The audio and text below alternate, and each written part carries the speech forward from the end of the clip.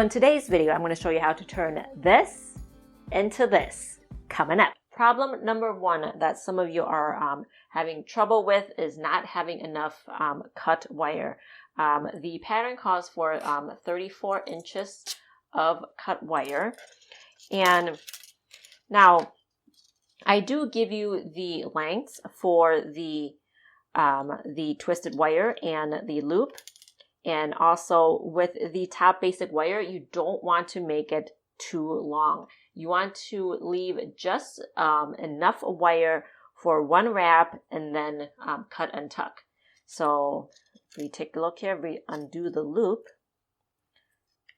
And that looks to be about 1/2 inch. So for the top basic wire, the max wire that you want probably is about 1/2 inch. You want to give some space to make your knot, make your wrap, cut the wire, and then tuck your wire in. And another thing is making this too incredibly long for the twisted wire and the loop. The length that I want you to have for this is about 2.5 inches. If you are using the cut length of wire that I recommend, and then you make a longer twisted wire and loop, so for example, you do 3.5 inches, you're eating up that wire there. So do 2.5 inches from the twisted wire to the loop to be 2.5 inches. So now problem number two. Having loose rows. Even though I have just the right amount of beads for the 4th row, if you are not pulling the wire here tight enough, your row will be loose, and I will not pull this tight here. I'm just going to have it between the 2 fuchsia beads and bring it over. You see there? You see that gap there? Because I did not pull it tightly enough. Put this over your finger. Put your thumb right on the bottom fuchsia bead and pull as tightly as you can and bring it over. So when you pull as tightly as you can, you see that the 4th row here fits snugly against the 1st row right there. Now let's compare these side by side. You can see that this one, the row is a lot loose, and this one is molded along the previous row here. Now let's look on the back here. With the first one, you can see some of the wire right here along the back. And with this one here, you see just a little bit. You can barely see the wires because I've pulled really hard on this here. So what you want to do here is just to pull really hard until the row lines up with the previous row. If it's loose, keep pulling until the rows are tight. Now on to problem number 3 with why some of your rows are loose is when you are making the loop back row, you are not pushing your beads up to the row as much as you can. And some of you, I found out, you're even kind of like smushing it so that you can see the previous row clearly. So when you're smushing it like this and making the row, you're going to have more of a loose row there. Now instead, what I want you to do is to take the beads here and push it up so that it covers the wire as much as you can. Push as hard as you can so that most of the wire is covered. And then mold this along the previous row here so that it's nice and tight before you wrap. And then hold on to it with your fingers like this. I'm going to take the wire, go behind, back to the front. Now notice with this petal here, because we had it snug against the previous row, you can barely see the fuchsia bead from the up row here. You can barely see it because this here, we push it up very tightly so that it covers all of the wire that we can. So it is very snug and you can barely see it. But with this petal here, the fuchsia bead is very distinct from this previous row. You can definitely see it, and the row is a lot more loose. Problem number 4 that some of you may be having is having the top here to be extremely high than what mine looks like. And the issue that I've noticed is that when you are making the scallop here, instead of going between the second 2 fuchsia beads here, you are going up here. So when you change the position a little bit, then the top will be slightly higher. And there's nothing wrong with that. I actually kind of like that look. So if you want to change it up and just have some of the tops higher, then you know what? Definitely do that if you don't mind it. We know we have the right amount of beads, so we just want to mold it along, right? And I'm not going to pull the wire as tight as I normally would, just because this is the petal that I want to show the issues with. So, but you do want to mold along here,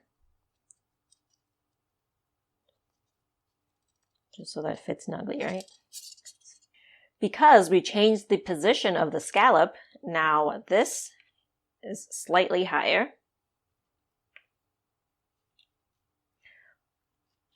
Now for this petal, I'm going to make the scallop in between the last 2 fuchsia beads here.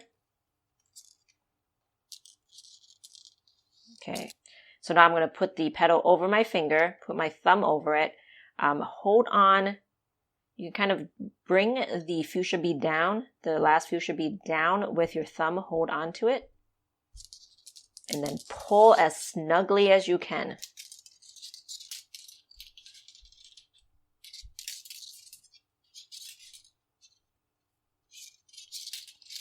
I am not lacing as I go, just to show you that it can be done without lacing as you go, but I do recommend it. Now, even as I pull snugly, this kind of bulges out, right? So mold it along, because we know we have enough beads, so mold it along. Hold on to it again and pull as tightly as you can. So now this is snug right against the previous row. All right, pull, pull, pull again. Now with the second petal, again, we're going to push as hard as we can so that most of the wire is covered, so that the top, so that the row here kind of covers the fuchsia bead from the previous row. Bend it along so that it's snug against the previous row here. Push and mold along the previous row. Hold on to it tightly. Put your fingers over it as you are going down. So now it's nice and snug. And I do need one more bead here to make the row here. Now I'm going to show you one more time with this row here. So we want to push all the beads down, cover most of the wire, and hold on to each section bit by bit up along the previous row so that it's molded along the previous row. So now we know we have enough beads for this row here.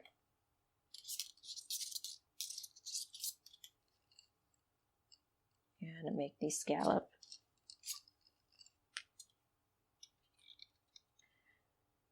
So now we're going to make the scallop in between the fuchsia bead and the white bead.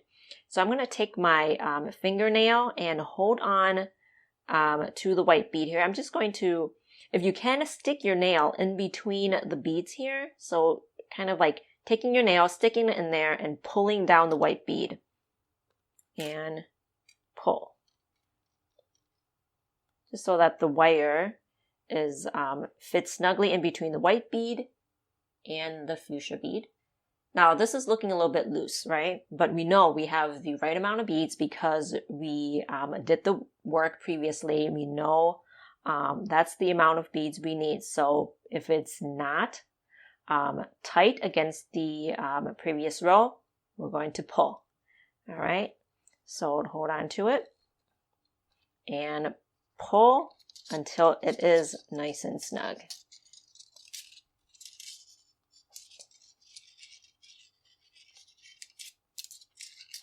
Pull and shape and mold.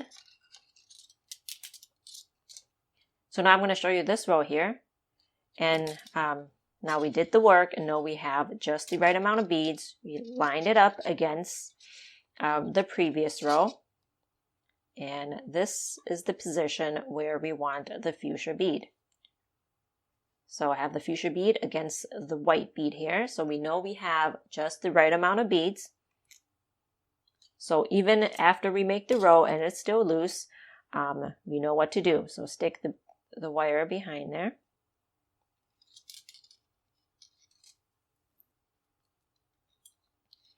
And so let's pull the white bead so we can finagle that wire in between.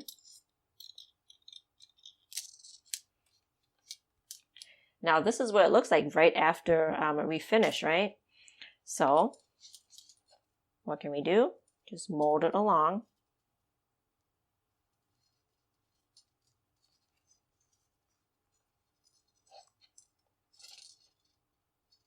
And pull.